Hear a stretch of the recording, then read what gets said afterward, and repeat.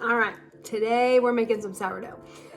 So you can't make sourdough without sourdough starter. So we're gonna be talking about sourdough starter. So this is what ripe sourdough starter looks like, okay? I fed it yesterday. It doubles in size typically, and it has a whole bunch of bubbles on it. The top is a little bit bubbly. Oop, it's dripping. It has a little bit of liquid on the top, and it smells basically just like sourdough bread, but stronger. So when you get your sourdough starter from a place like King Arthur Flour, it's starving, and you need to feed it right away.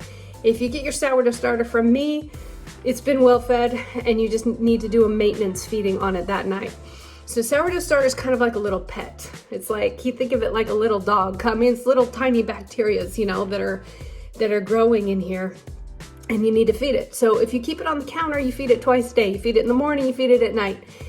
A maintenance feeding is just 1 cup of flour and a half a cup of water. You do it in the morning, you do it at night. Now, that is typically, obviously you're gonna grow, you know, your starter's gonna grow. You're gonna get more and more of it if you're feeding it that often. So if you're not feeding it that often, or if you're not baking every other day, you can keep it in the refrigerator and just do a maintenance feeding once a week. You take it out the day before you're gonna use it, you feed it that morning, you feed it that night, and the next morning you can go ahead and make sourdough just like normal. So keep it in the refrigerator if you don't want to feed it as much and you're not going to use it as much. Keep it on the counter if you're going to use it every other day, okay? So I'm going to go ahead and stir it down.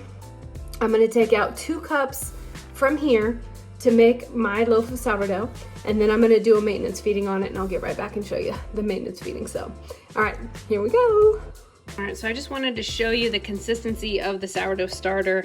It is very goopy. It's full of holes. When you're gonna do a feeding, you just kind of stir it down. Now, if you are gonna make a loaf of bread, you take out your 2 cups. At this point, you see how goopy it is and how runny it is? It's almost like a really super, super thick pancake batter, and that is the way it should look. So if you're gonna make a loaf of bread, you're gonna take 2 cups out, measure it, put it in your bowl, and then whatever you have left, you're gonna go ahead and feed it.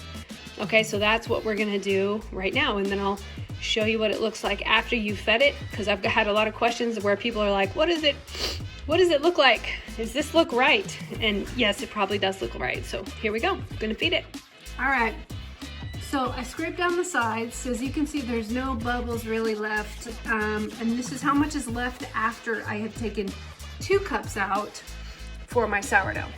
So this is good. You can have even just like 1/4 of a cup left, and it'll totally be fine and make more starter for you. So I will feed this with 1 cup of flour and a half a cup of water, and that is just a regular maintenance feeding.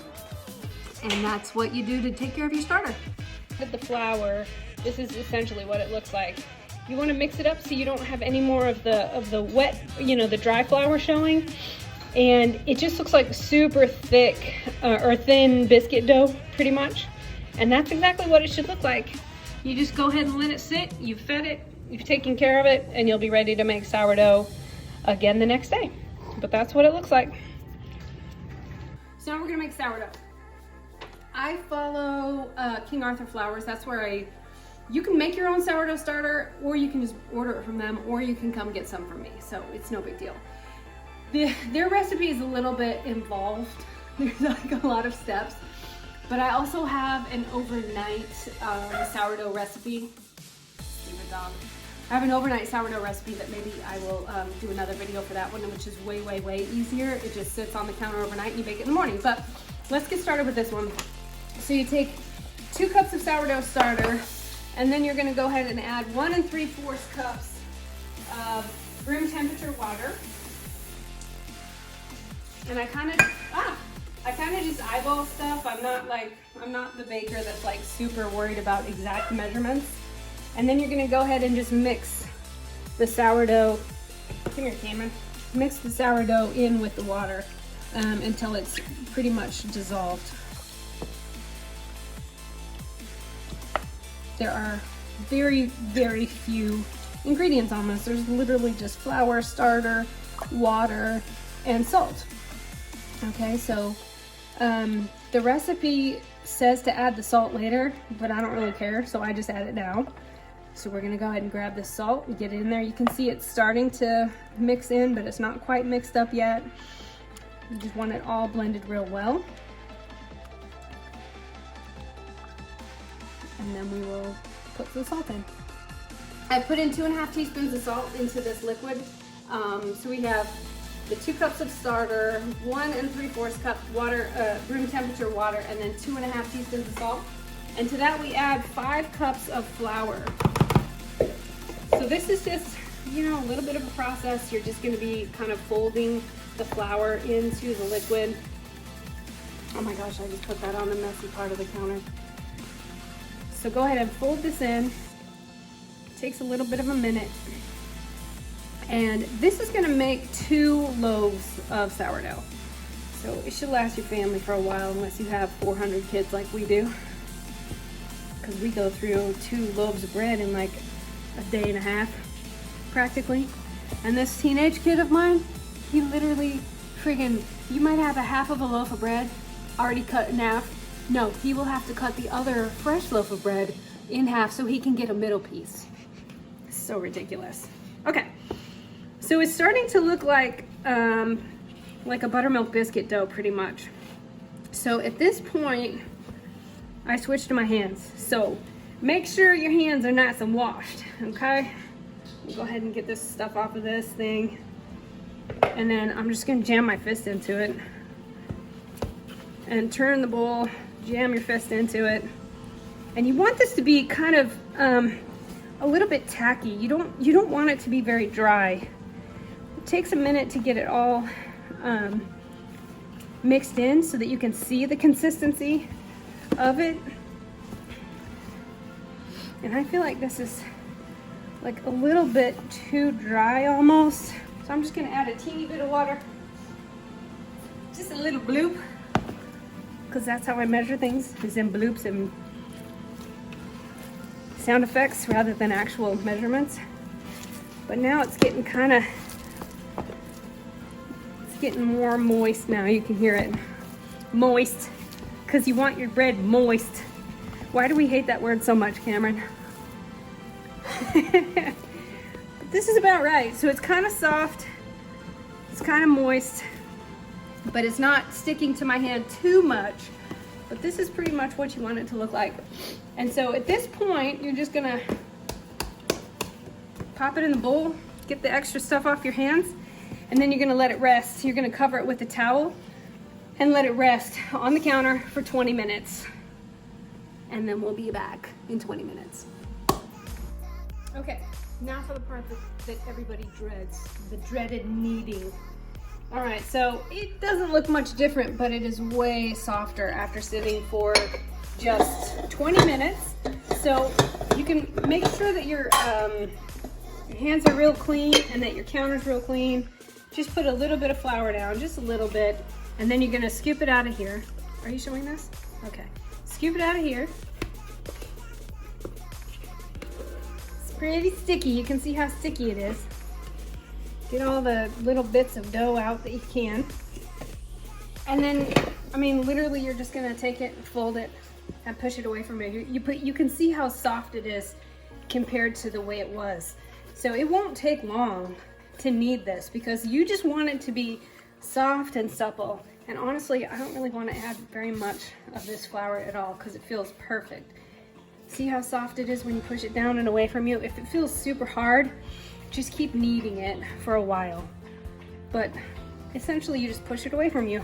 Roll it back, push it away, roll it back, push it away. Do both sides of it. That's all you do. Turn it, do it again. So you're gonna do this until it's pretty soft and pretty elastic. When you pull it like this and it pulls and tears like that, then you want to keep going for a little bit longer because it's not quite elastic enough. And this basically develops the gluten, and it's what makes the bread like moist. I'm totally making all of this up, but for reals, just do this for a little while. Like I don't know the science behind it, but I'm pretty sure that's kind of what it does. But go ahead and knead it. And you can feel that it gets, like, I can feel that this flour has now been fully absorbed into it as I knead it. So it's like, it's not like sticky, but it's like just a slightly different, a tiny bit tackier. Just keep kneading it until it really looks like, you know, bread dough.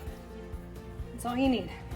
Get it? Knead, but not need, K-N-E. Yeah, good? Bad joke? All right, so I think this is pretty much done because you can see it's just super soft. It's much more elastic. So you just go long enough until you're tired of doing it, pretty much. Make it into a little ball.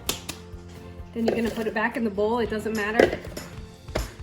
Let it sit for an hour. That's your next step.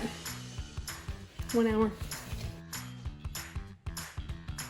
Okay, don't ask me why we do this next step. I have no idea.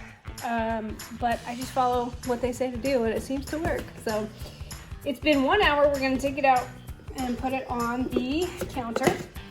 And then literally you're just gonna fold it twice. It says fold it like an envelope. I have no idea what that means. So I just kind of flatten it out. It's real soft now. It's like really nice. It says fold it like an envelope. So I just kind of pull it out.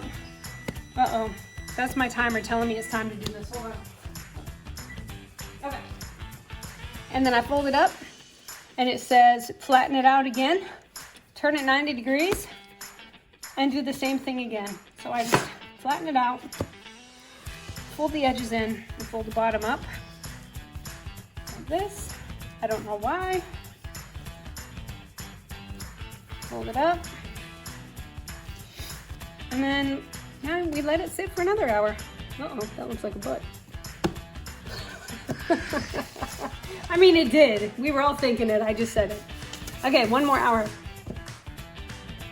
Okay, now was the exciting part because we're actually going to be making it into 2 loaves of bread at this point. You don't want the dry part stuck from the bowl. Okay, so take it out of the bowl. This is parchment paper. It is different from wax paper. It's parchment paper. It'll keep it from sticking. So now we're gonna form it into 2 loaves. I usually just cut it in half. Connor thinks this is very satisfying doing it. He's shaking his head.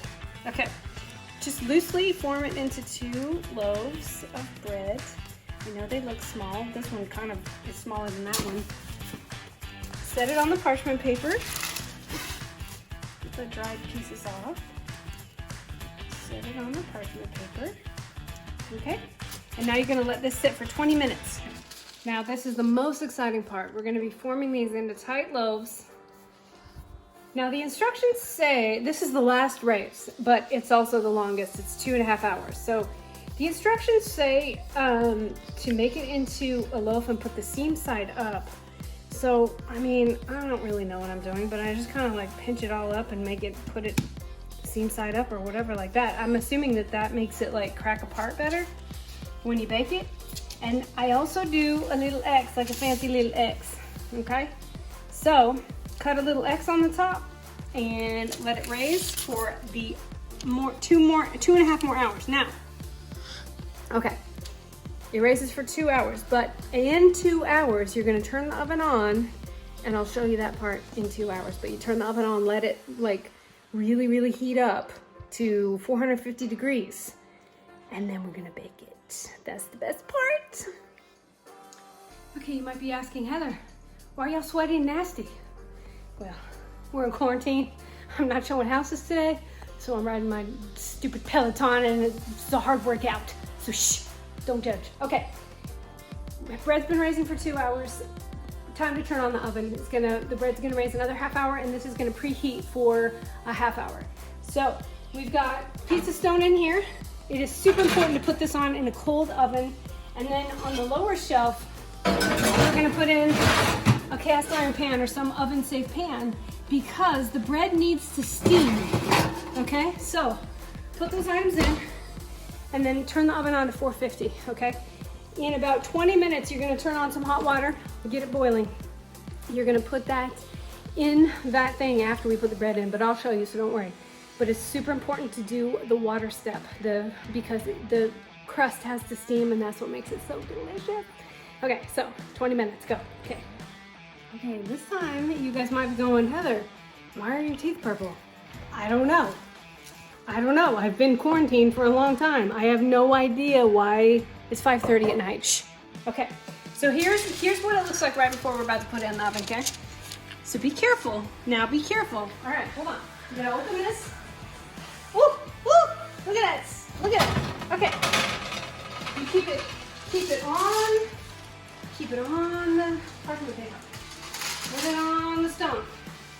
Keep it on the parchment paper. And put it on the stone. Now, for the dangerous part, watch out for the steam. This could go good or this could go bad. I don't know. But it's dangerous, so be careful, everybody. Keep your hand well back away from the steam. All right? Okay, get the steam going. All right. Okay, close it up. 30 minutes, baby. 30 minutes. Finally, we're 30 minutes out. Okay, time's up, everybody. And this is what it looks like when it's done. Pretty freaking awesome. Oh, crunchy and beautiful, and like, I don't even know the words, but it's amazing. So I know there's a lot of steps, but it's completely worth it. Look at that. Should we bust into it? Should we cut it open? All right, so we made homemade spaghetti tonight, and I crush up garlic in butter like this. So this fresh loaf of sourdough, I have to do this because it's super hot, and I don't want to, whatever, burn myself. So, okay, so hold the bread. You have to have a really, really good bread knife because the outside is so crusty. But look at that. It's a beautiful, like, whatever pattern that is, bubble raising. I don't know. I just know that it works. I know that it works, and I know that it's good, and I know that the family loves it. So we're gonna make this into garlic bread. Cut it up. Look at that. It's like freaking moist. Yep, I said moist again. That's my favorite word when making bread. And then you just brush on the garlic and the butter and eat it with your spaghetti. And like, seriously, there's nothing better. Baby, you want to try this piece? You want to try this? No thanks. Oh, I already ate. That's it. So enjoy. Let me know if you have any questions or problems or whatever, but it is 100% worth the time to just make some bread that looks like this, fresh out of the oven, out of, seriously, just like 5 ingredients. So enjoy. Thanks for joining us.